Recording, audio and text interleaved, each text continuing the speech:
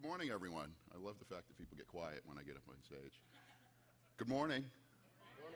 I'm Tom Hicks. I'm chairman of the United States Election Assistance Commission. I should have asked the folks that were streaming first before we get going. All right, we're good. So again, good morning. I'm Tom Hicks, chairman of the United States Election Assistance Commission, or EAC, and I want to take 1 minute to pledge allegiance to the flag, which is right behind me here.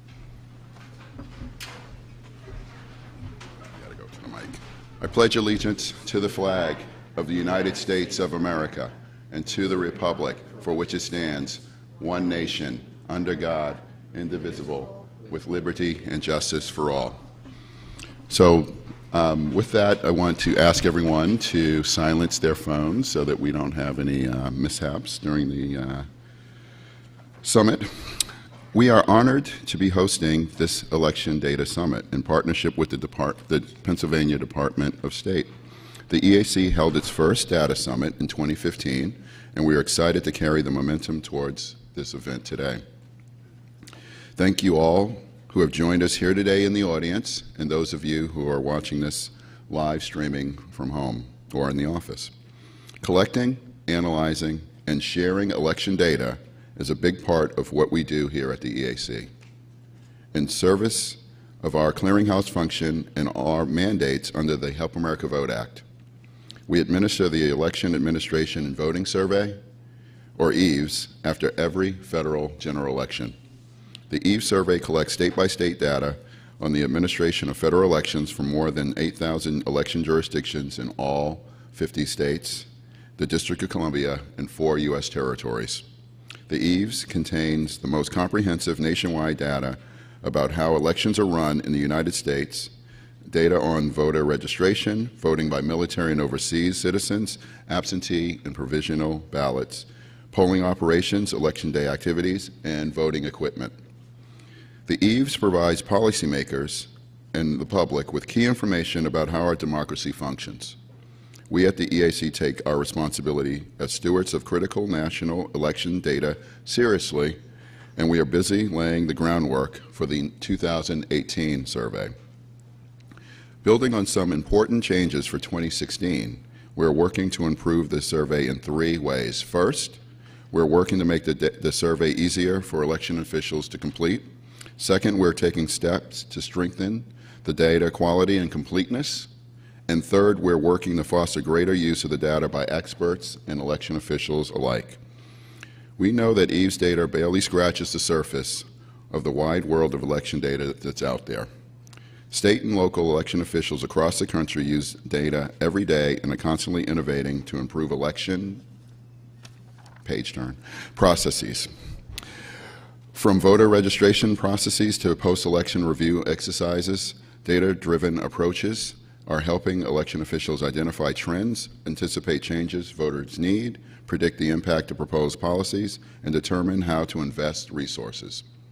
As election officials prepare for the upcoming midterm elections, we are thrilled to be partnering with our friends at the Pennsylvania Department of State to offer this platform for election officials and election data experts to share their experiences and lift up innovation, data-driven practices from across the country. And with that, I'm going to talk about a few housekeeping things that are going on. If you're a social media user, we encourage you to post about the summit using the hashtag ElectionData18. Again, that's hashtag ElectionData18. There are a few opportunities throughout the day for the audience to ask questions of our panelists. If you would like to ask questions, we politely ask you to do one of 3 things. See, this is about data. 3 things. Remember this. 1, speak into the microphone so that folks who are listening from home can actually hear the question. 2, identify yourself, name and affiliation. And 3, this is most important, actually ask a question. If you need assistance throughout the day, please find a staff member from the EAC or the Pennsylvania Department of State, because we're all happy to help and assist you. Thank you again for coming, and thank you for the Community College of Philadelphia for hosting us here today.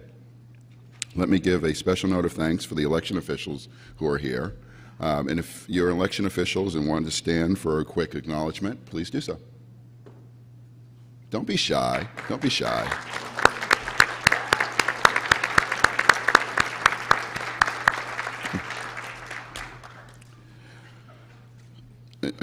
So most of these folks are here for the NAS and NASHead conference, but we are very encouraged that they all came here for our summit today. And finally, let me give a sincere appreciation to Acting Secretary Robert Torres and his team at the Department of State for inviting us here today to the Commonwealth Department of this important initiative. At this time, it's my pleasure to introduce Secretary Torres, who will be delivering opening remarks. Thank you once again to the audience and your commitment to secure, accurate, and improving elections. Thank you.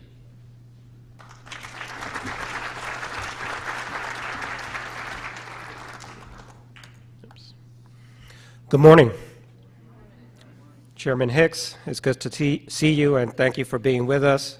Vice Chair McCormick, thank you for being with us as well. On behalf of the Department of State, it is my privilege to welcome you to the City of Philadelphia, the Community College of Philadelphia, and today's Election Day Data Summit. Our department is extremely appreciative to have partnered with the U.S. Election Assistance Commission on this first Data Summit, co-hosted by a state and the EAC. I would like to extend my gratitude and a special thanks to our Deputy Policy Director, Jessica Myers, for all of her hard work and collaboration with our colleagues at the EAC to help organize and bring you this relevant, educational, and timely summit. Of course, I also want to thank the EAC team for their hard work and support in putting today's summit together. And by the way, you can't beat the price, so there should be no complaints, at least on that front. So let me also extend my thanks to all the moderators and the panelists for your time and effort in participating today. And finally, thank you all for your interest and attendance in what I trust will be a worthwhile investment of your time. Pennsylvania takes the administration of our elections very seriously. We at the department work in partnership with counties to ensure smooth, fair, and secure elections. However, I know that many, if not all of us, want to find more efficient ways of administering elections and managing our limited resources. This is why we have been working to modernize how we manage data and information in Pennsylvania. With regard to voter registration, we implemented online voter registration nearly 3 years ago and passed the 1 millionth user mark last February. We have also developed web APIs or interfaces to further continue and leverage the progress that we have achieved with online voter registration. However, the voter registration database that we use needs to be replaced because it is costly and doesn't support the kind of information reporting and analytics that a modern system could provide. Therefore, we are in the process of developing business requirements with strong considerations on how we want the data and the information derived from that data to work for us and the counties so that we can maximize the benefits of a new system.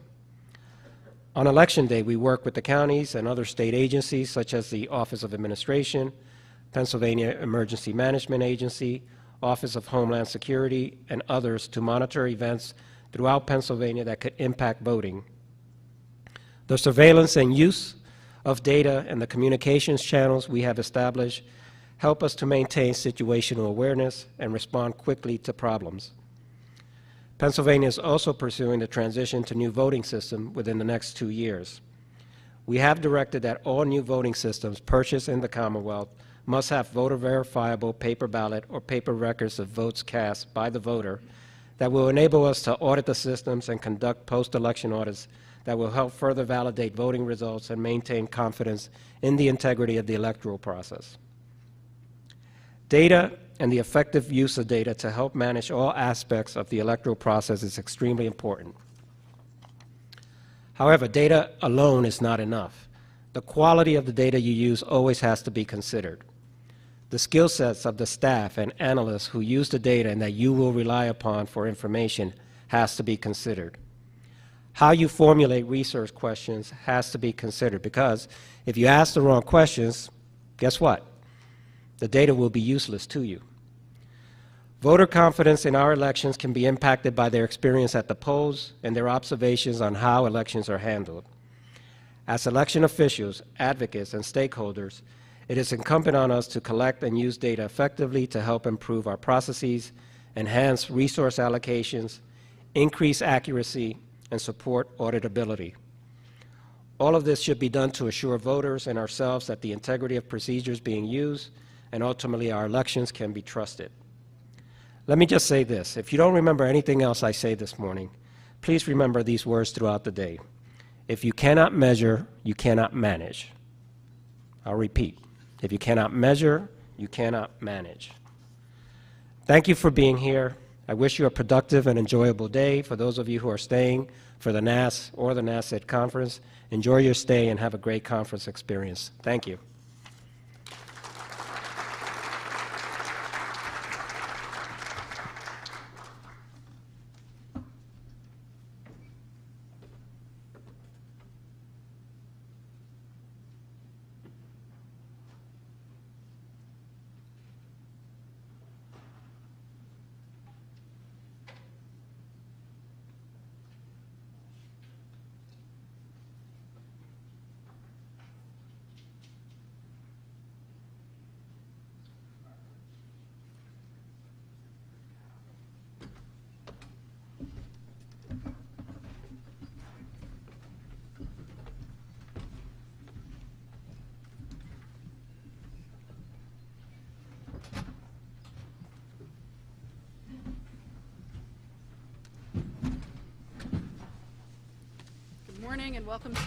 Good morning and welcome to our first panel.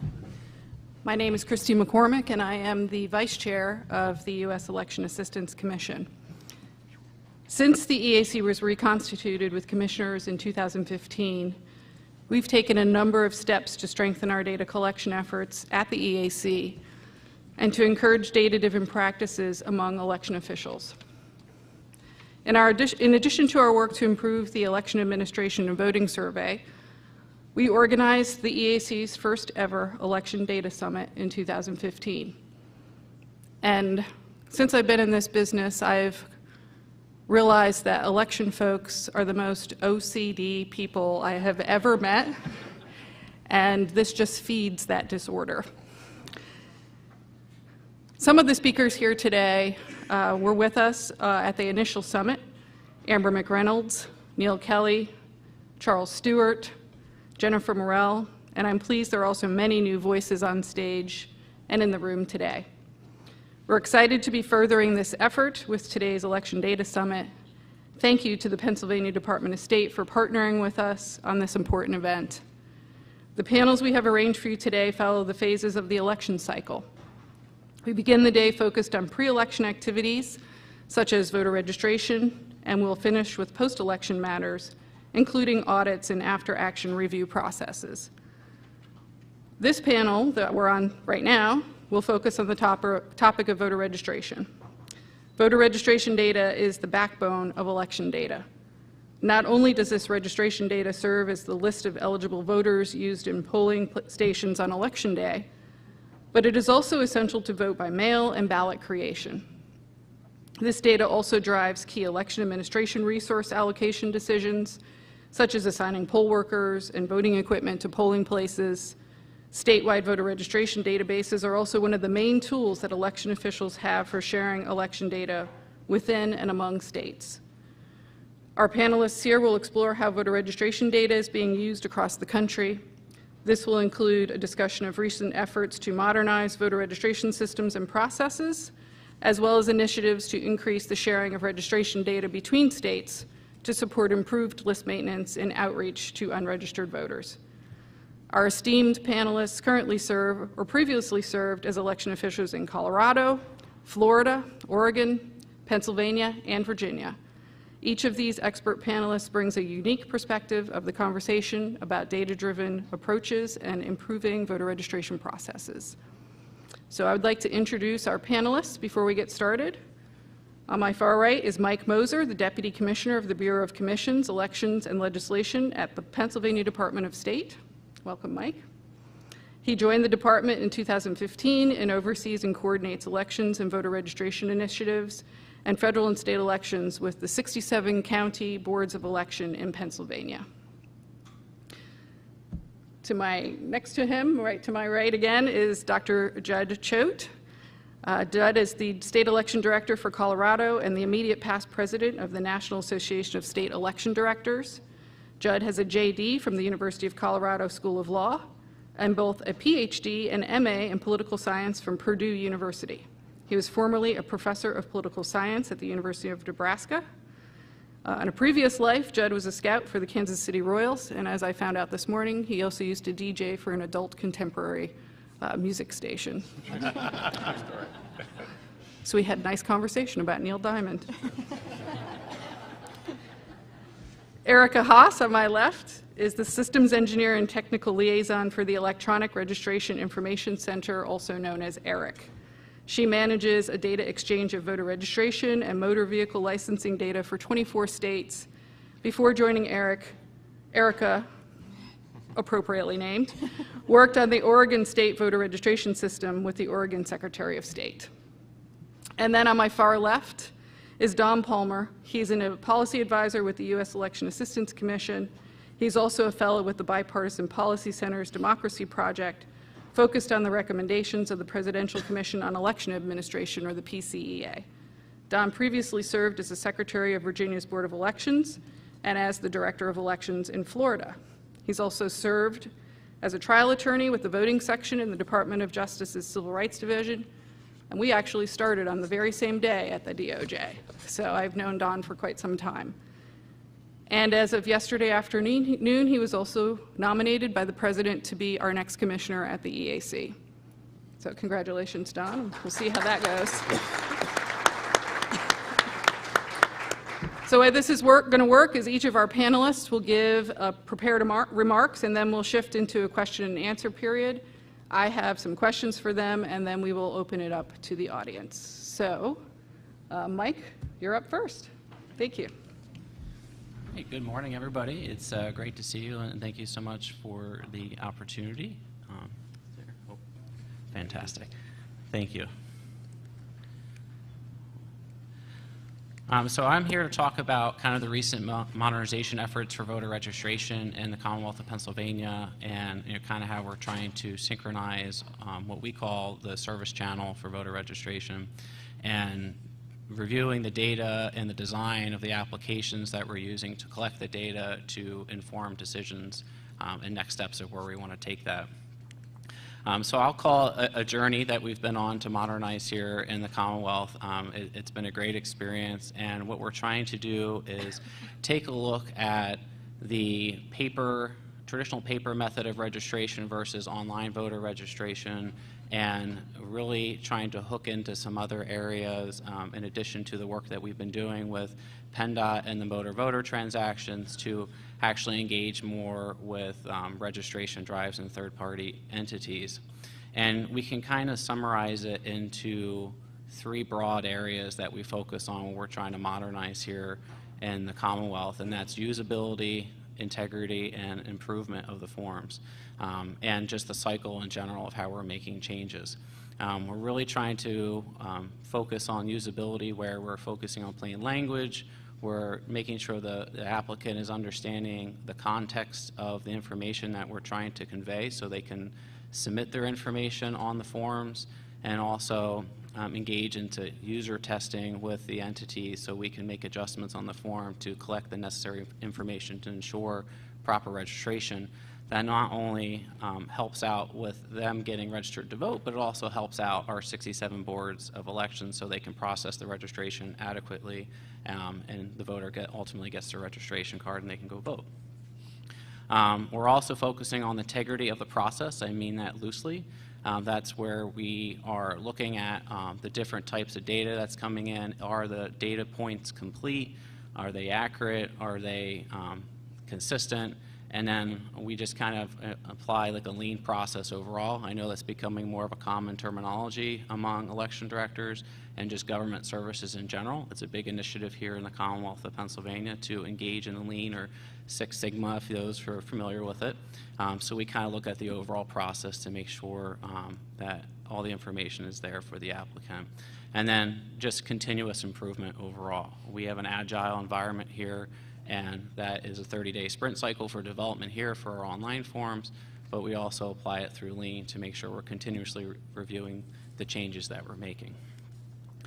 So I just want to kind of give a little background on kind of the major voter registration changes that have occurred in the Commonwealth. In 2003, we've had an electronic exchange through our PennDOT transportation partner with Motor Voter, and they have had signatures coming over. It's been a great experience over the years, and we've made adjustments, which I'll go into momentarily. In 2005, all counties completed the transition to our current voter registration database, which is what Acting Secretary Torres was mentioning, that we're going through a process to modernize the database as a whole. And then the bulk of what we've been doing, the modernization efforts, started happening in 2015, where we redesigned our paper application with some usability testing. We launched online voter registration in the state, and as the Secretary noted, that we won over 1 million applicants, which was a great experience for us. In 2016, we simplified the language for Motor Voter. We incorporated online signature upload feature into our online voter registration application, and I'll talk more about that soon, and also implemented an application programming interface for third parties to plug into for voter registration.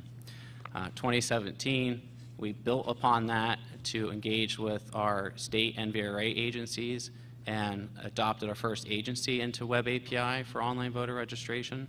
Then in 2018, we launched a third-party feature for online registration drives to help there with our counties and the applicants, because as election officials are aware, usually a registration drive goes out on paper and not all the necessary information or the quality isn't always the same and consistent as a normal sign-up. So we want to kind of help out there with the data that we were seeing and built an online feature to help make it more consistent for the applicant.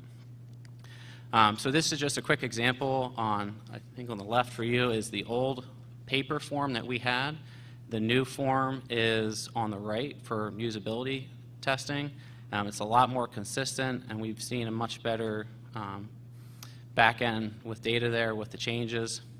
And then we also have examples of this is what our current online voter registration state looks like, but with, again, with testing and review and looking at the different data points, we'll be pushing out a new redesign in the future and really cutting out a lot of the extra space. And the idea I'm trying to drive is that with data collection, it's not just looking at the back-end information that's coming in, but you can also push certain types of collection and get better quality data for your initiatives through design of the forms that you're putting out there to help with a lot of the back-end analyses that a lot of the experts will be doing, and to build a solid foundation for the future. Design is certainly an aspect that that's been very beneficial for us in Pennsylvania.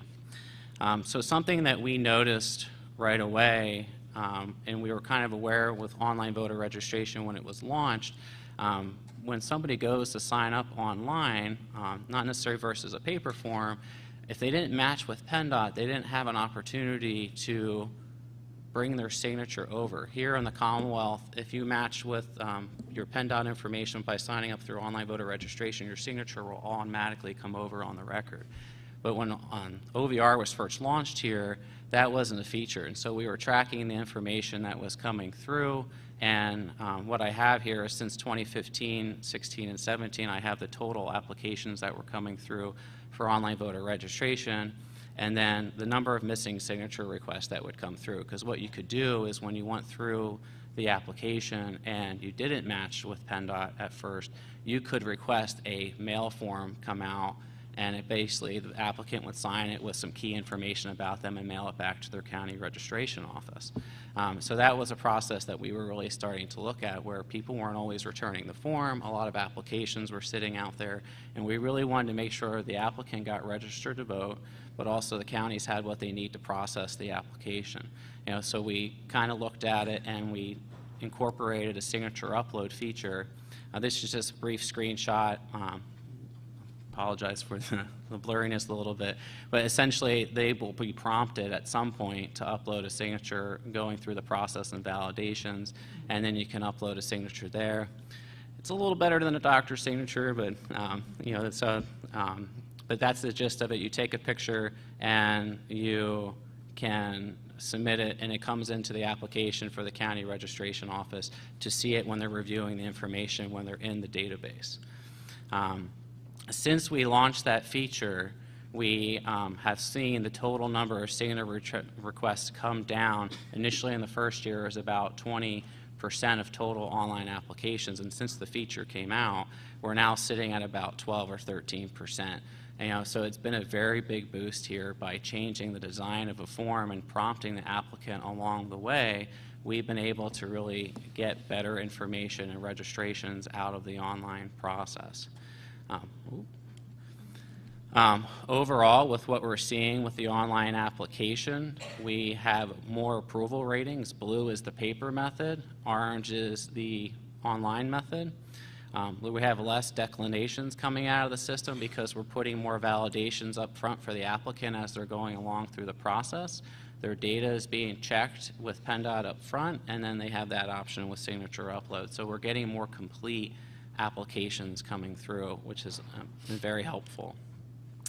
Now this slide is really where I think has been a big boost to us with looking into web application interfaces and integrating with third-party agencies for voter registration. By pushing more and modernizing towards an online platform and making sure that not only do we have a common language across all of our forms and methods of delivery, but we're working with third-party entities to make sure they're having similar language on the form so it's a consistent experience. And what we've noticed with the design and the collection is that the online platform and third-party entities have been really benefiting us in what we're getting into the system, which is very helpful for any list maintenance practices or any matching if we need to do to review the information or to look up information on the voter. We are overall seeing pretty much almost 90% of applications coming in through online voter registration that have a driver's license. We're seeing almost 35% that always have at least an SSN on there, the last four of the Social Security. And then online platforms overall are really driving the information of the individual for contact, like an email or a phone number. And a lot of the third-party entities are really helping out there, especially on the registration drive, because it's so core to their business to be able to reach out to the individual. So I guess the point I'm trying to drive there is that by looking into third-party sources in a secure manner and a consistent manner and making sure that they're going through and testing properly and testing the language of the forms, you can really broaden the information and have more complete information coming into the database that's not only helpful to the applicant to get registered, for the counties to process, but it helps with a lot of other initiatives just by focusing on some user testing and designing the form in such a way that they can better understand the context. There are some other realized benefits that we're seeing with driving more towards a modern platform with online registration. We're seeing that the application process is becoming more elastic, and I'll talk to that in a second. Overall, applications are more traceable for the end user. They're provided with an application ID where they can kind of go in and type in some information about themselves and look up the status of their application. And then there's better opportunities for us to understand some behaviors of the applicants and when they're using the applications. Because with a traditional paper method, you don't always have the same benefit because it depends on when it's arriving in the office, you know, if it's mailed in and things like that, versus online, you're getting that data right away, the timestamps and things, so you can better understand the behaviors of your applicants. So this is kind of what I was getting at with the elastic process, is that this is preliminary. We surveyed all the counties, and on average, for every 10 paper applications that they are processing, it takes them about 18 minutes in the Commonwealth of Pennsylvania. And then likewise, for an online application, for every 10 applications they're processing, it takes about 6 minutes. You know, so we have seen the process come down almost 2/3, which has been pretty impressive here in the state. And I really have to give a lot of credit to the county boards of elections for being early adopters of this and being very helpful throughout the process and embracing it. And they have done a tremendous job day in and day out executing everything. So thank you to them. But to drive the point even further, this is kind of the loads of applications that we see coming in, where the green line is the paper applications from 2008, and everyone knows that that was a very heavy registration year across the nation. And then in 2012, which is the blue line, and 2016 is the black line, we had relatively similar paper applications coming in, and then the yellow or gold is online voter registration itself for 2016. And then the pink line is online voter registration with paper in 2016, and it is tremendously outsoared the 2008 number. And by having a more modern platform and focusing on the design of the form for both the front user and the end user, the process was able to become more elastic, where a lot of the counties felt like they were in a good position in 2016 at registering voters right around the deadlines because they've saved a lot of processing time and they had the information they needed to process those applications. Both the commissioner and I did a lot of phone calls to talk and make sure everyone was all right, and it just saved a lot of time with processing those applications. It would have been a completely different story if we would have had just more of a traditional method here in 2016. And this is another chart where we just kind of look at the behavior of the application coming in and the applicants, where by hour since the beginning of January 1st of 2017, we kind of form a behavior of the submissions that are coming in to help us inform maintenance windows or impacts to the applicants that we have to change anything. So it's just another way that we're kind of utilizing the data to find some patterns so we minimize impacts to the end users. Excuse me. And then also, we kind of see it by the day of the week as well. You know, Monday is the most productive day of the week, and we're actually seeing that trend in the applications. Everyone must be thinking about it then.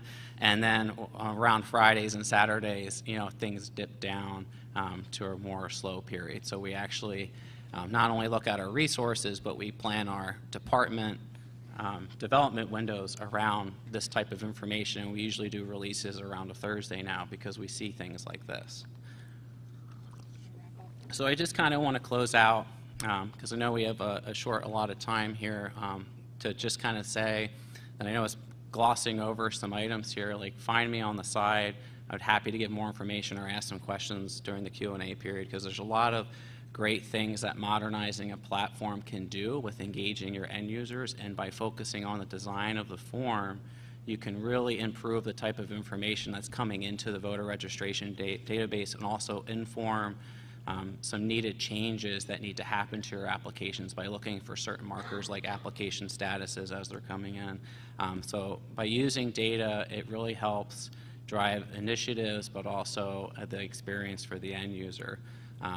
So I just want to say thank you so much, and look forward to chatting with you. Thank you. Thanks, Mike. I appreciate it. Good job. You can see what I'm talking about, election geeks being OCD. Next geek up is Judd Choate. Judd, take it away. Thanks. I'm Judd Choate from Colorado. Let's see if we... Aha, there I am. So the first thing, I have a couple of different topics. I'm just sort of throwing various statistics and the way we collect them and why we collect them and their uses in a couple of different realms related to voter registration. So the first one, we try to anticipate peaks in voter registration. This kind of dovetails a lot off of what Mike was just saying. But we have tracked a couple of things that I think you might find interesting. We communicate this with our counties. So the first one is the Facebook effect, which I have two examples of. In 2016, you can see our online voter registrations for about 3 or 4 weeks or so. And on one particular day, we had over 20,000 updates or new registrations. That was the Facebook voter registration advertisement. This is when they sort of posted on everybody's Facebook page that they should really go update their voter registration or register new if they hadn't. Google also did a similar advertisement or notice on their page. And then there was National Voter Registration Day, which followed the Google Day. These were all over the course of about 5 days in September of 2016. You can see that there was an incredible jump that one day. The only bigger day that we had that year was on Election Day 2016. Colorado is a same-day registration state, so we get a lot of activity on Election Day. Then we also have the Facebook effect during this 2018 primary. So our 2018 primary was on June 26th, which is on the far right of your screen. You can see that more people registered to vote or updated their registration on the Facebook Notice Day than did on Election Day. We also had a big bump on the first day of early voting, so that was the day that the VSPCs, our voter polling places, opened on the 18th, at least officially. Many counties opened prior to that. And you can see the other peaks. So alerting the counties to the fact that we have a really important day that's arriving can kind of get them primed and understanding that they need to bring in additional workforce or at least prepare themselves for that particular day. So that's one way we use data for voter reg. We also try to use it to influence legislation, which you'll see has varying levels of success. This is the 2016 presidential election use of our polling places to do updates or new registrations during the early voting period prior to the election. You can see that a lot of our activity occurs on Election Day or the day prior to Election Day, so Monday or Tuesday of the election period, and not a lot of activity occurred prior to that. And I break that down by the kinds of activity that was occurring during that time. So updating new or updating existing voter registrations is the yellow line. So you can see that some of that was occurring during that period of time. It was the second most common. We also had new registrations during that time, which was a big chunk of what was happening. The interesting thing about this data, though, is that that is per VSPC during that period. So we were looking at around 2 or 3 changes or updates that were occurring in a voter service and polling center during the first week and into the second week prior to the election. So very little activity, honestly. So we use this to talk to legislators and important community activists on elections and describe for them the need to change the way we do our VSPCs, to sort of roll back the number and length of time in which we needed to be open, because very little activity occurs in those first couple of weeks, or certainly in that first week. And we were pretty much wholly unsuccessful in that conversation because people really liked the fact that they were open for that period of time, regardless of the fact that they weren't actually being used. And so we were paying for a lot of judges to be there when, in fact, nothing was actually happening.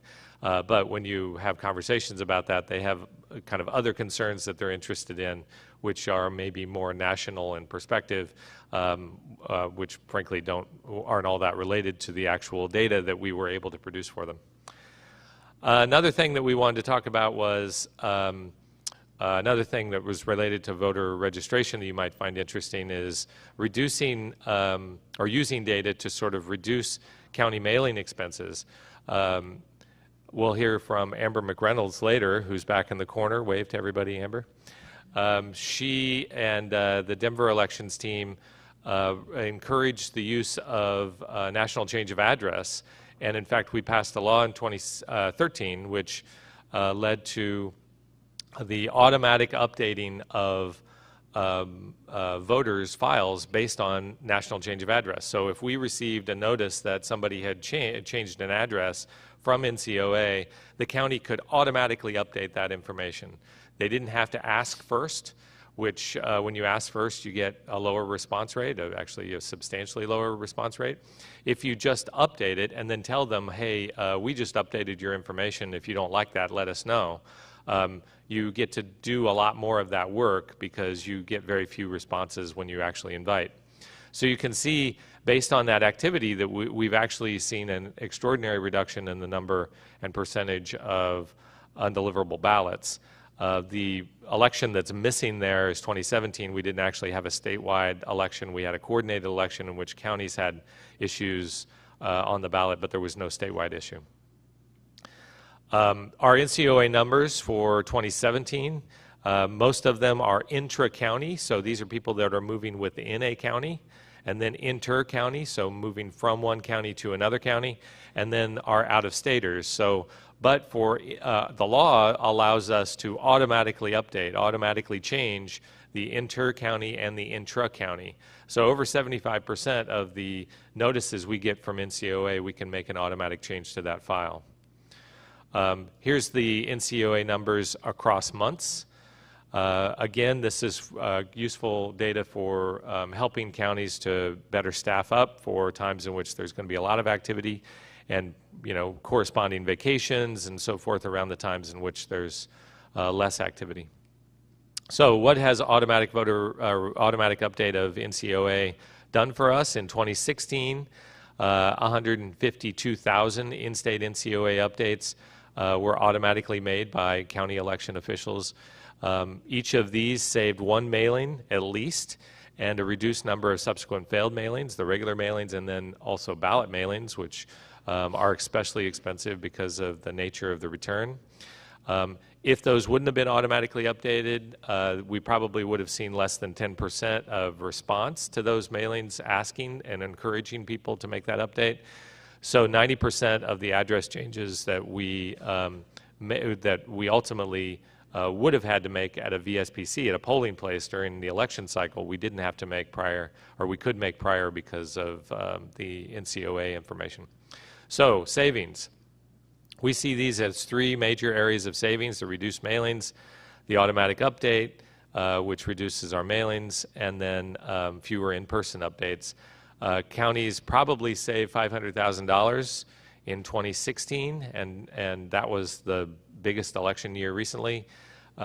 Using this data, Denver has some data that suggests that that number's probably even double, but that may be more specific to the Denver model or the Metro model. Certainly many counties would see an extraordinary savings, or have seen extraordinary savings using NCOA to automatically update. So those were my three topics. I'm happy to answer any questions when we get to the question and answer period. Great. Thank you, Jed. We'll pass this over to Ericka. And next up is Ericka from Eric. Hello. Yes, I have the most appropriate name for any worker ever. So I am Ericka from Eric. I have a very long title, which basically means I'm the geeky person in our business, and I get to play with data a lot. So I don't want this to be an Eric pitch, but I do want it to be kind of a case study of what states can do when they join together. We're a little unique in that we have quite a few states that are doing something for the same purpose. We try to make it broad in the sense of hitting angles that appeal to red states, blue states, purple states. We are across the nation. Oh, darn, my new slide didn't get in there. So this is 23 states, but we were happy to welcome South Carolina 2 days ago. So their data isn't in our fold yet, but we have welcomed them into our membership. So, oh no, I got the picture, but I didn't update the title, darn it. Anyhow. So ERIC is a membership organization. It's basically was created by the states for the states. I answer to a board of state election directors. We have the 24 states, which now with 24 equals about 39% of the voting eligible population according to the 2016 numbers from the U.S. Election Project. We were created in 2012, but that was actually a process that started back in 2008 in a conversation and took several years to build because it's a very purposeful, methodical process that was well thought out in the sense of how do we make this work and make it work for our states. And what we do is we take in voter registration data and DMV data, and we will be taking in other service and agency data. We take in information about voters in DMV, the contact information, so at the top there, full name, mailing address, residential address, their information about their activity, because for us, it's finding out who has the best data about a person, so activity dates and status. We also take in, and I'll talk about this a little more later, we take in data that we purposefully hash. So I'll go into more depth on that, but that means we make the data so it is not, we never receive clear text of date of birth, driver's license and ID number, and the last 4 SSN, and that's a way to protect that data, but still use it for matching. We purchased the limited death master file from the Social Security Administration so that we're able to process against the deaths across the nation. That's especially helpful for states when a person has passed away outside of their state. And then we purposefully exclude protected or confidential data so that that's never entered into our system, so that can be protected from at the source. So we take in that information from our member states, and from that we produce reports and back to our states. So we only communicate with our state elections officials this information.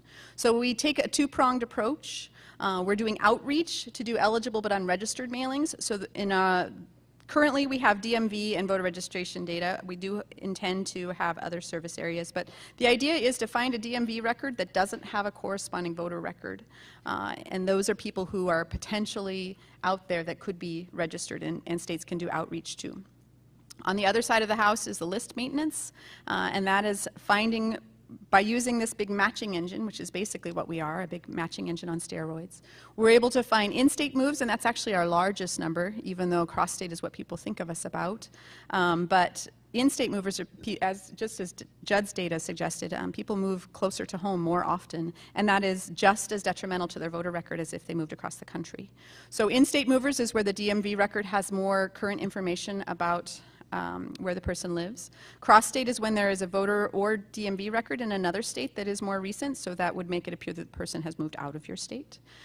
As I mentioned, the Social Security Death Master, so finding deceased records. And then the kind of gimme is we have in-state duplicates, because we do matching, and that's what we do. But we also, because we have so much information coming in, and that is the basis of our matching engine, which is, it's a product from IBM, and actually now a partner company, Sensing, is all about context level matching. So the more information you have about a person, the more you have when something new comes in that you can find them with.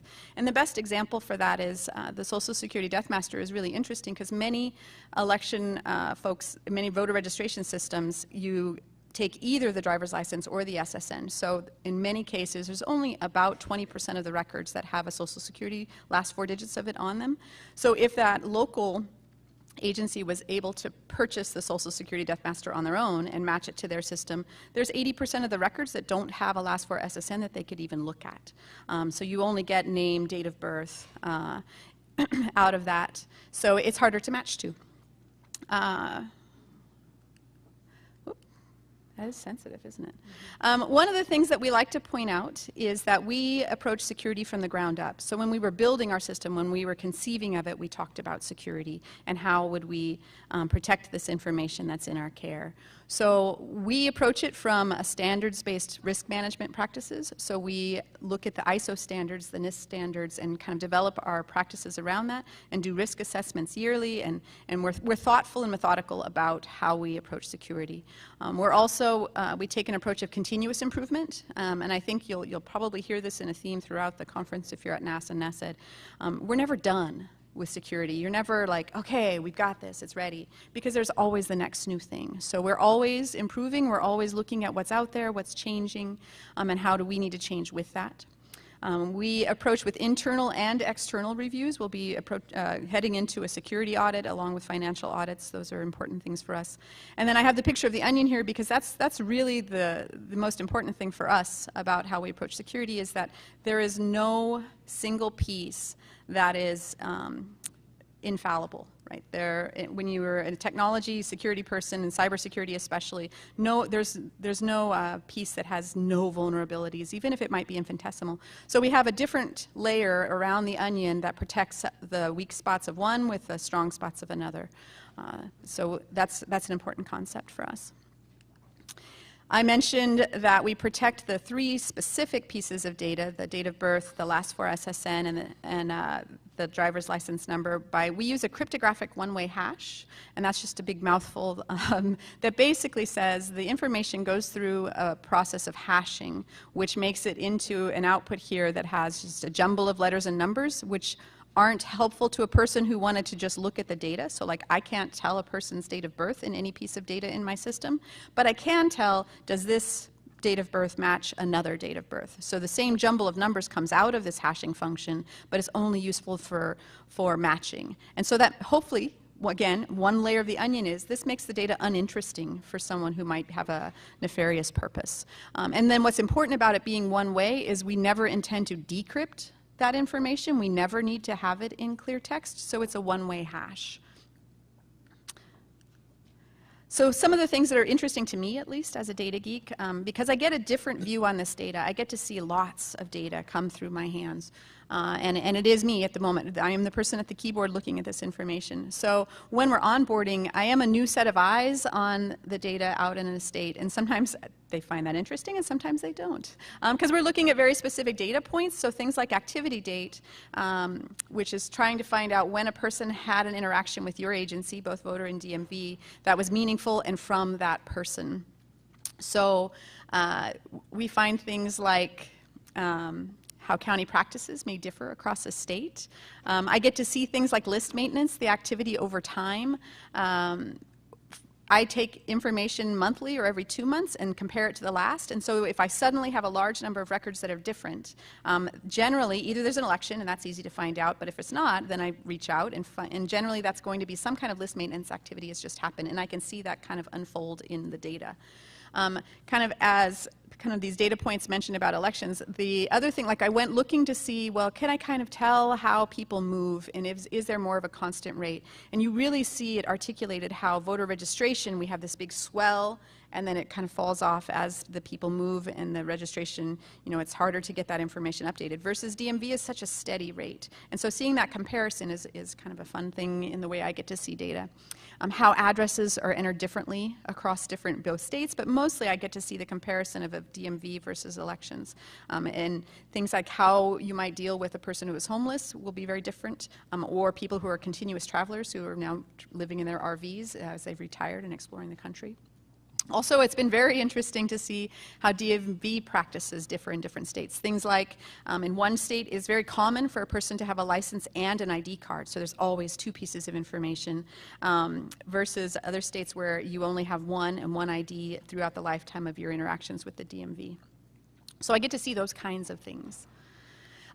This is just kind of an interesting way I look at data. I thought maybe you guys would find it interesting as well. So I went looking for someone who'd moved around. And you can see this progression of they were in Wisconsin in 2011, in DC in 2015 to 13, Minnesota, Maryland, Virginia. And this is, while it's generic information, this was a real person's kind of progression through. And what I find interesting, and part of what's core to our system, is you'll see the mailing address from Wisconsin to DC. It was their mailing address in Wisconsin. It became their residential address in DC. They're using their phone number across multiple states. That's really common, so phone number has become much more useful for matching. The same with email address. People are keeping those email addresses longer and longer, so that is a way to find someone and to reach them. So I just found this interesting. Maybe you do too, and I'll pass that on to Don. Thanks, Ericka. Don, you're up. Thank you.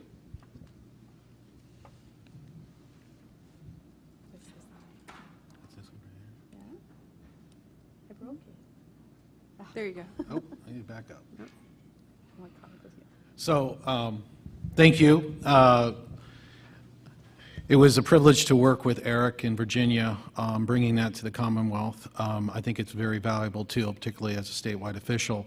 One of the things that I sort of have looked at is what power tools are available to election officials, because as we'll see, our challenge is keeping pace with the voters to maintain the voter rolls, and the expectations are they sort of anticipate that we will be able to follow them, but they don't necessarily notify election officials. So we have to find technology and new ways to identify their moves and then take appropriate actions. The goal is to be smart in how we do that and accurate and focused on those group of folks. And obviously, I think from my perspective, the notification to the election official is key. If we can get that information with some confirmation, either through DMV or other sources, that helps the process move along. The challenge is upgrading our processes to the latest technologies and available data, and that's sort of what we've heard. So there are current technologies and data that's available. There's a tool for everything. That's what I learned growing up. The major sources of data that I saw, and I've worked with that have been very effective across the country and that election officials rely on are the Department of Motor Vehicles. It's a database that's great. It can either confirm what you think you know. It can be an investigatory database, and I saw that in Virginia and Florida, where you can confirm perhaps a duplicate registration or potential move where there's some discrepancy. But if the election official has access to the DMV, either on a macro level or an individual level, it helps resolve those tough issues in investigations. Social Security Administration, the Department of Health and Vital Statistics in each state, that's been very valuable data on deceased. And the state voter registration system and election officials, obviously when someone moves inside a state or outside a state, the local election official will receive notification, or the state will do the same. And the courts have been a source of data. But what we find is that there, as we'll mention in a moment, NCOA is a very valuable tool, but only about 50, maybe 60% of individuals notify the post office, and therefore there's a whole swath of individuals that we have to work with to try to find what their new address is. And that's where the power technology is. I was always taught that, there's always, if power can solve any issue. So, you move from the basic tools to the power tools, and yeah, it'll get solved, right? So, but we've been relying on return to sender and post office information, and it's become a very valuable thing. The vendors have done a lot with the information. The Post Office Service has done much, and I'll talk a little bit about that. In dealing with the vendors and the post office information under NCOA, there's other information that these vendors can provide that can be very helpful to identify those who haven't notified the post office. And obviously there's been some events with EVE, Electronic Verification of Vital Events, where some of their information is very valuable to local election officials or state officials who either want to investigate ones that are tough to verify the deceased status. And then there's the third-party credible data providers. These are companies that they work with other agencies, federal, state, and major companies in the United States, and more with election officials to provide that little extra that you might need to resolve the problem. So obviously, most of you know what NCOA is. We've talked about it already.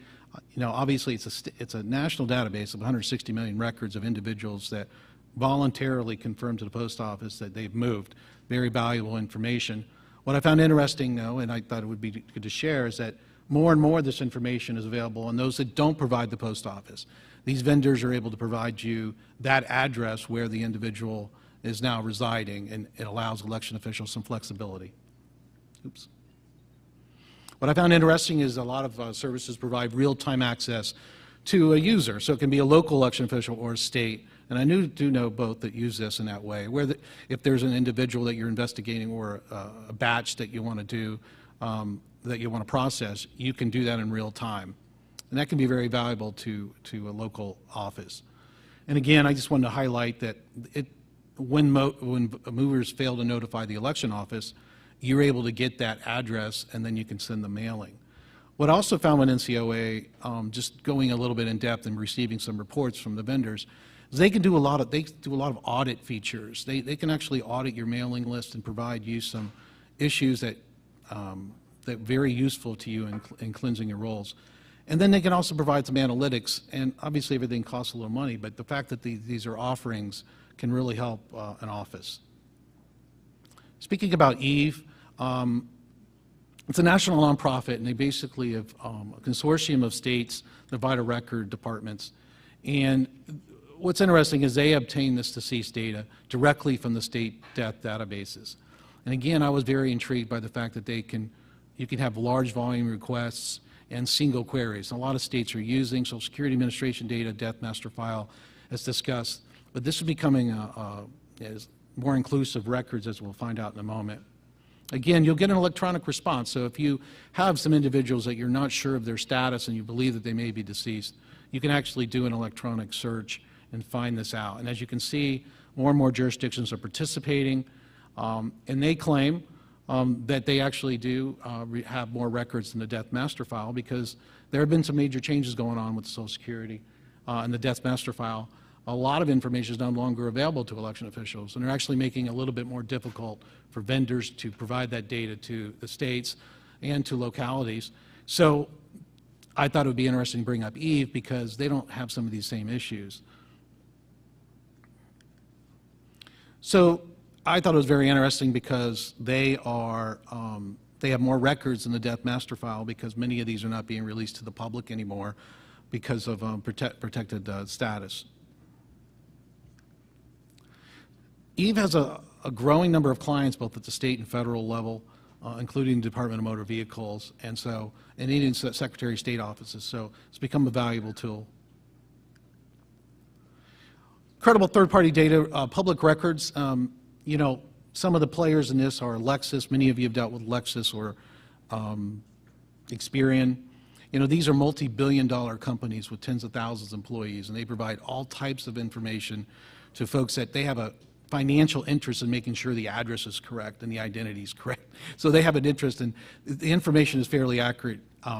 So what they do is they do provide these services for states and locals to do person and address locators for that last mile, trying to identify those that haven't identified their move to the post office. They have engines. They have all types of military locators, voter registration records they actually collect from the states. And you can see all the records that they have, and they use this as part of their services.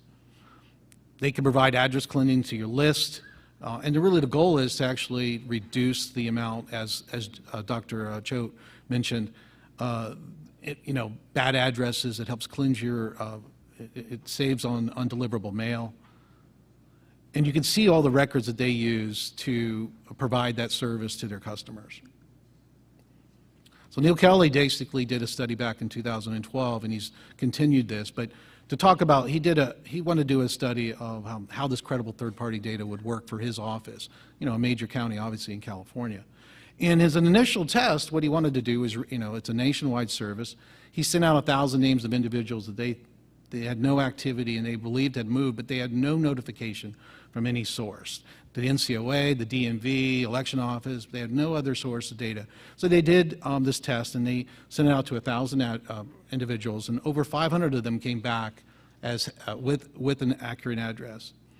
So they tested this, and what was interesting is that 280 of them had moved at least 5 times. It shows you the mobility of voters, and that sometimes these are the hardest voters to try to keep up with. So then they went to a larger study, and they analyzed 250,000 voters, and they were able to update addresses for 122,000 of them. And so what they were able to do is they were able to send addresses to these individuals, inform them that, you know, they should register in their new state or jurisdiction if they had not already done so, but also give them an opportunity to update their status with his county. And so over 18,800 just responded to the postcard. And he found that just with this one mailing, he almost was able to find savings that matched the expense. But what's remarkable, though, is that you know, it only took about 2 or 3 elections, and he had obviously the investment paid off. And he's told me that he's done this, and he'll be here later today if you can talk to him. He's actually done this, you know, 3 or 4 times since 2012, and it continues to be a practice in his office, and it's a major savings on postage. Great. Thank you so much. So we'll move to thank you to our panelists. I'm going to move to some of my own questions, and then you can be thinking of your questions. I think this is kind of a general question for all of you, so we can kind of go down the row. HAVA provided funds to support the establishment of computerized statewide voter registration databases. And some of the new HAVA funds are being used to update those databases and to strengthen them, especially when it comes to cybersecurity. I want to ask you all, what is the state of these databases? How, you know, are they healthy? What are the kinds of things we can do to improve them, including, you know, of course, the cybersecurity? Let's start with you, Mike, and hear what your thoughts are about the state of our databases. I think the state of the database, specifically in Pennsylvania, it is in good shape. You know, we do a lot of testing of the database. We have some very dedicated teams in close collaboration. I think some of the challenges that we're seeing is more of the reporting capabilities and more of the flexibility of the database and getting more information that would be easier to take out of the systems. You know, always with the benefit of hindsight, you see it differently. When the database was first implemented, you know, back in 2005, 2004, you can easily say, you know, these are things I wish I had looking back at it. And I think a lot of that has informed us to get, you know, better metrics along the way of how applications are being processed and the way election results are captured, you know, things of that nature. But overall, I think that we have pretty robust cybersecurity layers in place. We work actively with our Office of Administration and other entities in the state like PEMA and forging a closer relationship with the National Guard. And you know, certainly the U.S. Department of Homeland Security have done a lot of work with them to make sure the security layers that we have in place are good and make sure the system's secure. We're really focused on making sure we can leverage newer technologies to really get better insights on how everything is being processed within the system to make sure we can continue to go down the path of making, you know, more data-driven decisions to meet people where they need the services. Judd, what are your thoughts? So in Colorado, we have the old Electus system from Sabre. Sabre was a company that probably hasn't been in business for 10 years now, so you can tell that it's a kind of an older system. But I think we've made some pretty good decisions about it. Most notably, we hired several of the programmers and developers of that original system and brought them on staff. And that's allowed us to keep that to be a dynamic database where we can always evolve with new code to make it more useful going forward. We do have a current project right now which will support through the new HAVA funds to roll out basically a web version of our score system, and that web version we can enact a lot more security measures and make it a much more user-friendly interface. Right now we're sort of linked to a Citrix internal network to make it work, and our future will be expanding beyond that to what we call Score 3, because it's sort of the third version of it, which will allow us to be much more sort of user-friendly and dynamic. So that's the future, but we are in a pretty advantageous position because we have code writers on staff that know the system, and so they can literally make that old system function like a new system. We do foresee the use of HAVA money for a number of different security-related upgrades, including firewalls and tracking more in a more minute or micro level the actual activity that occurs in our database, so it's easily retrievable. So if we see something, we can jump on it immediately instead of perhaps hours or a day going by before we realize that something's going on. So we're using that new HAVA money for tracking and improved security with firewalls. So you've got an interesting viewpoint, seeing that you can see a lot of different databases from a lot of different states. What are your thoughts on the state of our databases and what we can do to improve them? Well, I think it's definitely, as you mentioned, hindsight is always 20/20, but we've learned a lot, and I think that's probably the biggest important thing for what I see is our elections officials take this seriously. I think we all know this in the room, but getting to learn about their own data and what's out there, that we're more interconnected than ever. Things like ERIC, where we have 24 states that come together regularly, they talk about stuff and they see each other's practices. Like I just got to help Oregon and Minnesota have a little demo where they were checking out each other's processes on how they handle some records and get to learn from each other on those things. So I think that's encouraging, and I think that's happening more and more. and that helps improve our security across the nation and the state of the registration databases. As I onboard states, I get so many more interesting questions now, and I've gotten to see the progression of states like our original states, their data, how it's progressed. I think Judd could maybe speak to a little of how they got to compare to their DMV data and maybe found it lacking, but also got to make some changes on how they handle addresses and more consistency. More states that are bottom up, where the counties still have individual pieces. When they use something like ERIC, they get to see a global picture of their own state and like how they might be using processes and using their systems, even some of them in their top down, how their counties actually use their systems. So I think there's more tools and more opportunities, and our elections officials are taking them and taking advantage of them so that they can improve. So I'm encouraged. Don, do you have something to add? Yeah, I would just add that, the statewide voter registration systems are, it's really a service from the state to the localities. And, in this business, failure is not an option. You have to be accurate. You have to provide those services. And what happens on election day and early voting can matter, obviously, to voter confidence. And so if you have a 10-year-old system, how confident are you telling oh, everything's going to be good, failure is not an option?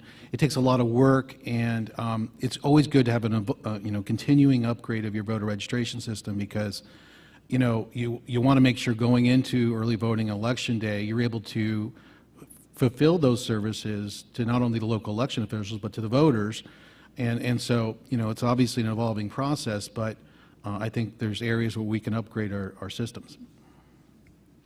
So privacy is a big concern for voters when it comes to registration data, and I just want to hear from y'all what's being done to address the privacy concerns. Are we doing enough? I get this question a lot from voters who are very concerned about the privacy of their voters. Let's start with you, Judd. Well, obviously, privacy is a huge concern, and that's a lot of what you're doing when you're protecting your database. One of the big things that we try to identify is various ways in which somebody can penetrate our system. We've done the risk and vulnerability assessment with the DHS, where they've come in and basically lived in our office for a couple of weeks and tried every various way to try to get into our databases, both those that are elections related, but also we have business filings and charitable filings, and many other services that we provide on the business side of our office. So DHS has really been effective in that. But it's all of those are about protecting our voters and our constituents' information, because if we don't protect it and it gets out and is available either on the web or on the dark web, it's it's a violation of all that we are trying to do to protect it. So. Mike, do you have something to add? Yeah, I'd like to echo Judd's comments, and we are very much concerned, and that's one of the first things that we're thinking about when we're putting a new build out there or getting the information from the voters, that we want to make sure we maintain the utmost privacy of all the sensitive information as best we can. And that's why we really focus on the routine scans that are out there. We also have physical testing that takes place as well in the office to see if there are any exposed ports. And we have really renewed the interest of seeing what the practices are for not only data in transit with our business, but also data at rest, to make sure that we are meeting a lot of the federal standards and our Commonwealth standards on data encryption and protection. So we really do try to put as many layers as possible with firewalls on the database and logging of networks and things of that nature to make sure that nothing is getting out there that shouldn't be getting out there, and that voters can be confident that their data is safe in the database. Ericka, you talked about hashing the data. I think that was interesting. What are your thoughts on continuing to make voters' information private? Well, I think, again, and the questions that I now get as we have new and prospective states, I think the awareness is so much higher. I mean, that is kind of on the front of our elections officials' minds, and I think they're becoming more and more educated. They ask us more pointed questions about how we protect data, which is of critical importance for us.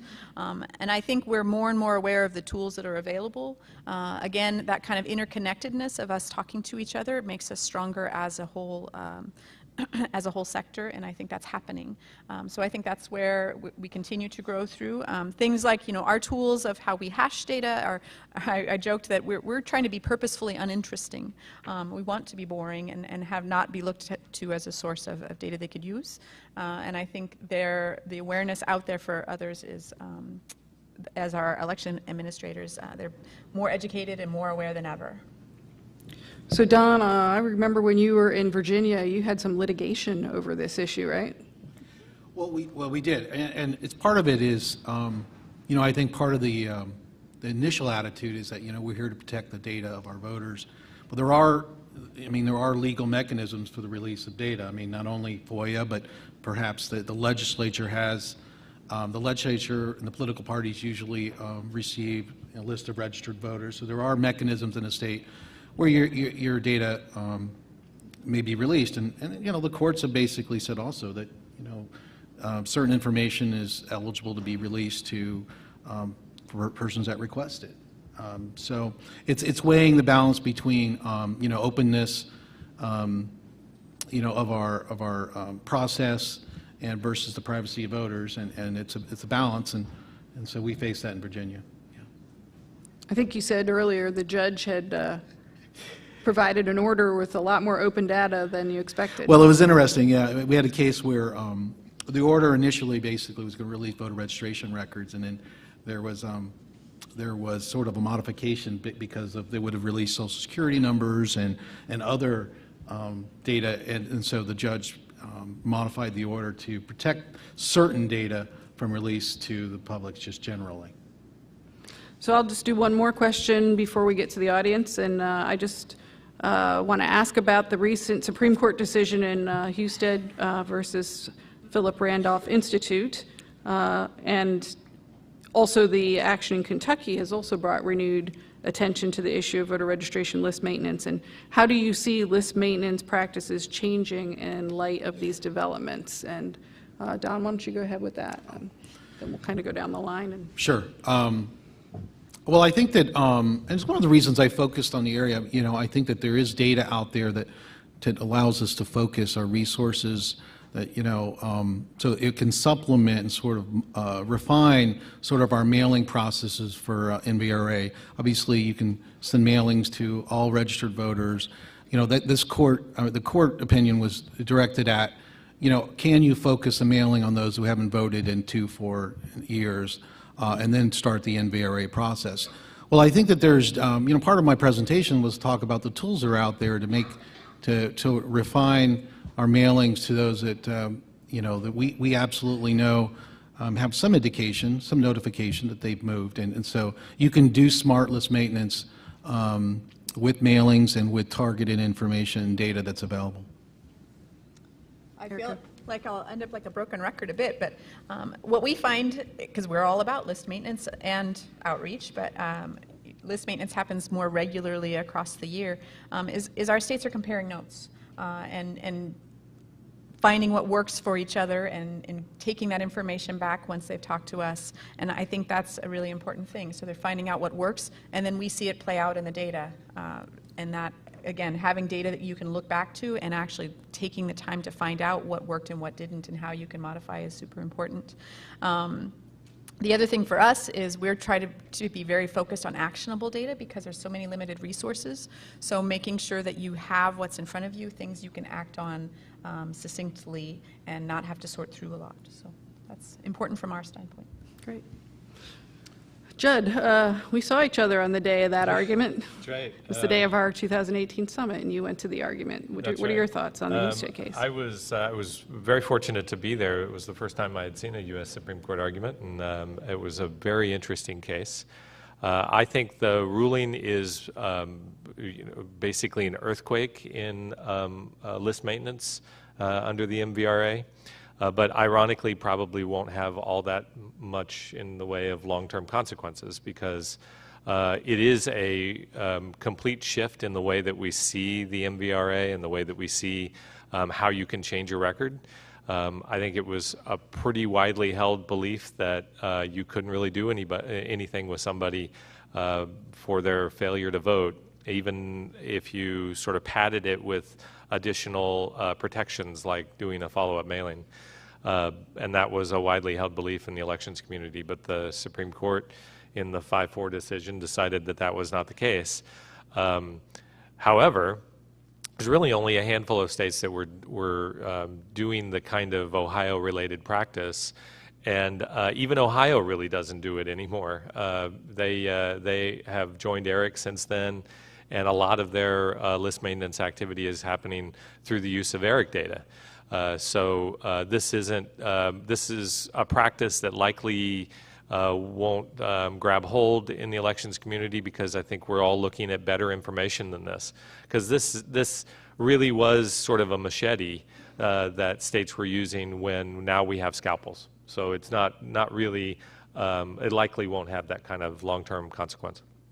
Yeah, obviously the MVRA was passed in 1993 before we had a lot of the tools that we have now. So, Mike, do you have any thoughts about that? Or?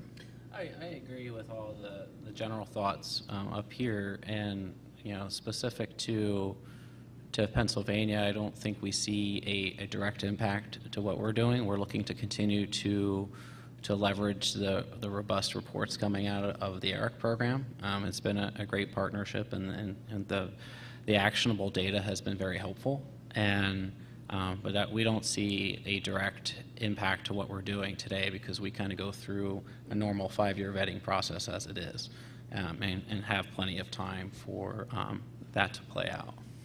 Okay. So let's go to the audience. Do we have roaming mics? We got one here, one over there. Got a question here. Remember Tom's 3 things. Speak into the mic, tell me who you are and where you're from, and ask a question. Hi, my name is Athan Koutsarumbis from Bucks County, Pennsylvania. I had a question for Mr. Moser. In the presentation for the online voter registration tool, you had referenced the third-party API. Could you talk a little bit more about that? Who can access it? How does it work? Great, thanks for the question. So essentially the way the process works is if an entity is interested in conducting a registration drive and would like to build their own online application, they can essentially go through an approval process with the department, and they'll sign up for an account, and they need to go through a terms of use and agree to terms of use. It's publicly available on our website, and need to go through a series of application testing to make sure they're adhering to our standards and that they have a lot of the pertinent information there for registration, and they're certainly meeting all of the legal requirements for voter registration to make sure that that information is there. So we engage through a testing process, and then they essentially are assigned a unique key on the back end to add security layers to it and to help us track the information that's coming into the online interface, so we can continue to monitor metrics with the entities that are submitting application for not only compliance, but to make sure we're not running into any other issues. It's been helpful to track the registration drive process, and I think we've been seeing benefits in the short time that it's been up for over the year and a half, that we've been able to reach out to entities and kind of coach them along with best practices as we're seeing information coming through.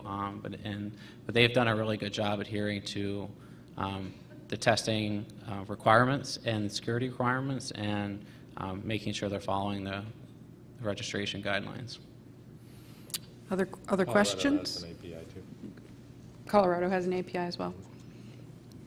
We got one over here.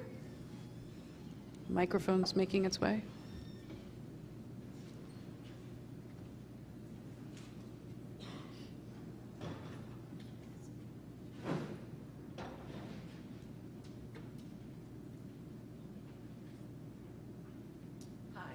My name is Sheila Laney. I live in Montgomery County, Willow Grove. My question is regarding that Supreme Court decision. I think it has to do with intent. Like when I listen to your panel, I'm really hearing, like somebody mentioned, the geekish part of elections and the processes. But when your intention is to not allow people to vote, then that changes the whole mix. The question that I have is, a couple of years ago, there was a purge in, I think it was Bucks County, of 14,000 voters. So I'm listening to the processes that it takes to maintain a valid list. And the money that Orange County did to go through that whole process. What here in Pennsylvania are we doing so that we don't have to purge people because they're either not voting, we can't find them, the addresses are not connecting? The second part, as a community person, that online voter registration form, is that available now? The updated version, and also is the paper version updated? Is that available now? So Mike? So I'll start with the last part, and thanks for the questions. So the updated paper form is out there available today. It's listed on the Votes PA website. We also have a few forms in several languages there in the same format. The online voter registration application is available, and we have the third-party option for registration drives. That's out there today as well. So both of those are accessible, and I'd be happy to talk to you on the side and can give you direct links for that information. The other information, I'll say up front, I'm not familiar with that specific instance, but what I can talk to more globally is that, one, we don't ever purge voters here. There's a process that, through the list maintenance practices, that they'll be getting notices to try to get accurate information of where their location is or inactivity. And we go through a pretty extensive vetting process and time for response, and the individual still has the capability to show up to the polling place to go through an affidavit process to bring their back up into active status. But we're really trying to focus on that area. It was a really good question to bring up, was where we really want to not only take advantage of more actionable data for current records, but part of the reason why we're putting a lot of focus on modernizing the voter registration process, what is going into that is clarifying a lot of the language that's out there and conjoining that with the information that's actionable on where someone might reside to make sure that they understand what the notices are coming out, and by collecting more information through the online forms, to designing them in such a way to get more information like an email address or a phone number, is we really want to start building a more solid foundation to have a more interactive process with that, to make sure that the individual is aware that we're looking for clarification on, say, like a change of address or something, so they can respond to the local county authority to mitigate potential issues like that. Judd, do you have any thoughts about cleaning lists and maybe even the purpose of it? Well, as an election official, I hate the word purge. I try not to use it. It's the only time that Colorado does a quote-unquote purge would be after a federal general. So these are people who 2 cycles ago got a mailing, got a confirmation mailing that bounced. It was undeliverable. So we know that they don't live where they were registered. So then they don't vote in that next election, next federal general election, and then they don't vote in the next federal general election. So typically that's a 4-year window. It could even be more. When you have that kind of sort of assurance that somebody really doesn't live there, and they haven't voted in any election, they haven't had any activity whatsoever, and they didn't vote in the 2 major elections, one of which had to be a presidential election. At that point, under the MVRA, you can cancel somebody. And that's the voter purge that happens in January, February, and March, typically. That's the window after a presidential or after either presidential or congressional election. So we'll have one in January, February, or March of 2019. But that's really the only time in which you should be doing that kind of level of list maintenance where you're really canceling people in buckets. Otherwise, you're just using information about somebody who's died or has notified you that they've moved to another state, or in this larger case, where you've had data upon data upon data that they don't live there, and now you've gone through a 2-cycle process. Any thoughts, Ericka? Well, list maintenance is so imperative to what we do. So for us, it's all about trying to get information in the hands of our elections officials that can fix it. So for us, the DMV is such a great source because people, when they move, they go to the DMV. And many of them think that it automatically flows through. And in some cases it does. There's so much more interaction with the DMVs today than there was even 5 years ago. But that's part of why we exist, is to try and make sure that elections officials have the information to update those records and get it so that the folks don't even have to really notice almost. I mean, there's mailings and things that go along with the processes we suggest to our states, and each state does it a bit differently, but that's what we're all about. Don, I know that BPC has been doing some line work. This is kind of related, isn't it? Well, it is. I think that the collection of line data, another issue that the country has faced with lines on election day, and BPC, where I'm a fellow at, we have focused on the collection of line data with different jurisdictions across the country, and it just goes to show that data can actually inform us on the allocation of voting machines, electronic poll books, a number of stations. It can help identify this to the local election official, who's really the person who's going to be managing that process. And so I thought I'd mention at the Data Summit that BPC is doing a lot of that data, and it just shows you how data can be used to sort of improve the process that we're undergoing. Clean data is important to make sure we don't have long lines, correct? Clean data is very important because inaccurate voter rolls or snafus can cause long lines or long lines in provisional ballots. It can cause congestion at the polling place, confusion, headlines. We can just go on and on about where that goes. It's never good when you have inaccuracies in the process, and so it's better to just make sure we get to a point where our list can be as accurate as possible when we go to the polls.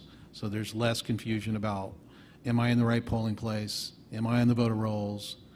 And those sort of issues that, when they do occur, can cause problems in the polling place. Election officials and poll workers have Plan Bs in place that these things do happen in presidentials. That's a lot of people are showing up to vote. So they have these contingencies, but it's always good to have it, as much as you can do prior to Election Day to resolve these problems. Questions? I think Steve here.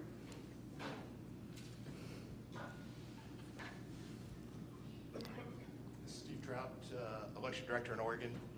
So we've got improved access, more data in elections, better quality data in elections. That continues to improve. I think that's improving our processes as election administrators.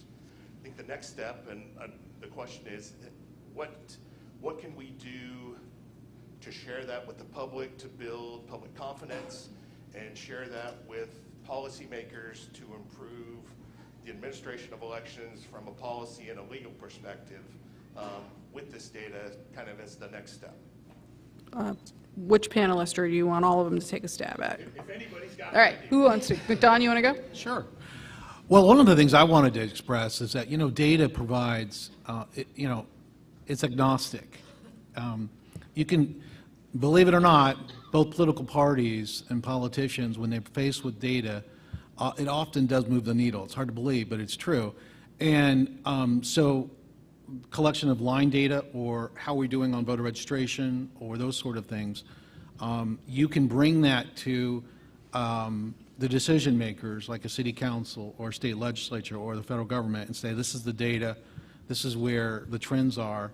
And I think that that serves a valuable purpose, and where we're getting, the community is becoming more, there's more of an ability to extract the data and provide reports to decision makers, policy makers. And so if you're able to do that, we can move in a direction where we continue to improve the process. That's my opinion. Yeah, I mean, data can help take emotion out of some of these decisions, right? So, I mean, it can be misused, but it can also take emotion out of these questions. So, do you have something to say, Ericka? Well, for better or worse, we have more of the public's attention right now because more of this is in the news. So it kind of is, the time is ripe if we can get those things. And I don't want to steal anything from Amber, but things like what Amber McReynolds does in Denver County, where she produces really consumable information from the data she collects. I mean, infographics is a bit of a buzzword, but that does really make it understandable. So where we have these data points, like I love that Pennsylvania is approaching their next iteration of their voter registration date, thinking about what they want, what answers they want to know first.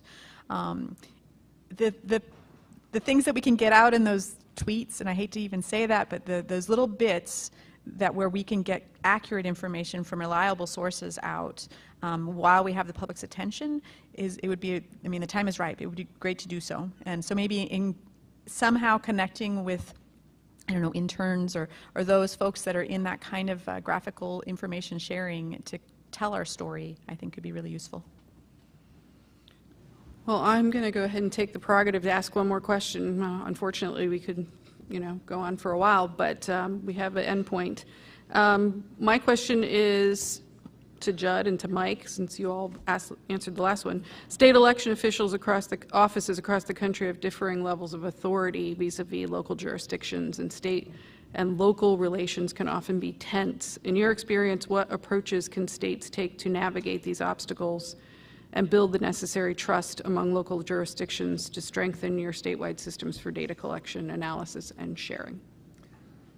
Well, so a couple of things. Over the last several years, we've taken a multitude of approaches. Right now, with Secretary Williams, who's in the audience, he can wave to everybody.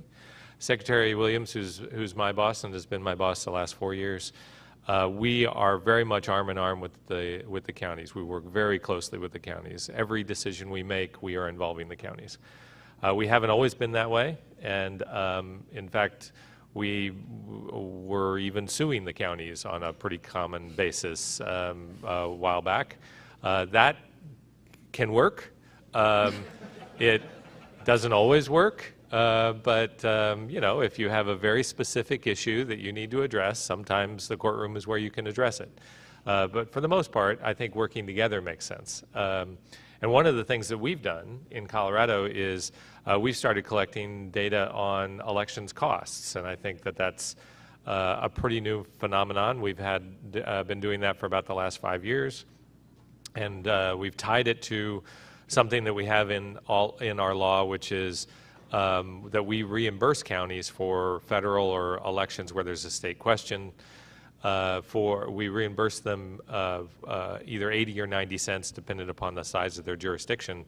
And having that sort of, it's a carrot and stick approach. Hey, we're going to give you money, but if you don't give us your data, we're going to have to hit you with a stick. Sometimes that can be kind of an effective way to work together to try to figure out how we can get the kind of data that we need in the timely manner, but in a way that doesn't really make the life of the county all that much more difficult, and they get the reimbursement. So there's often ways in which you can work together to create data sharing and get people on board, which is, can have multiple ways, both carrot and stick. Mike, last word on this one? We'll wrap I would up. say that we are working on trying to not only maintain but also build upon the coalitions and partnerships we have, specifically with the county boards of election.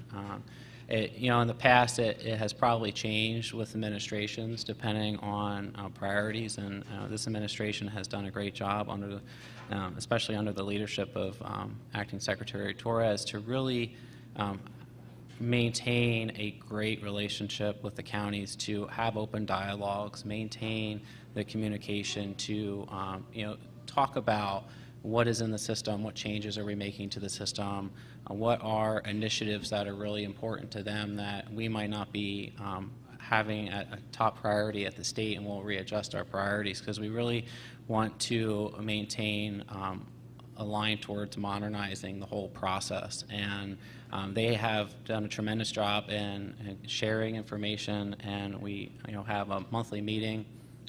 We call it the Shore Advisory Board.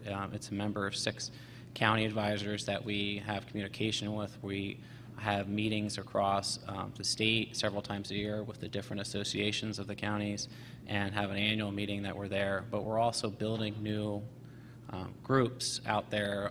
Right now there's an election cybersecurity working group that is extending beyond the county election office to also the IT offices on the county level with state representation. So we're really trying to build off of past practice and make it more effective and have more conversations about evolving topics in a closer loop, I'll say, and take that information and try to help sway some of those decisions with some of the data that's coming out and what we're seeing to just make improvements that are great from all sides of election administration. So let's give a round of applause to our panelists. Thank you all. I appreciate you all being here very much, and this was an informative discussion on voter registration, and we'll hope that you stick around for the rest of the summit. We now have a break until 11 o'clock for our next panel, and that will be on Election Day preparations. Thank you. Thank you. Thank you. Is there any interface with the census?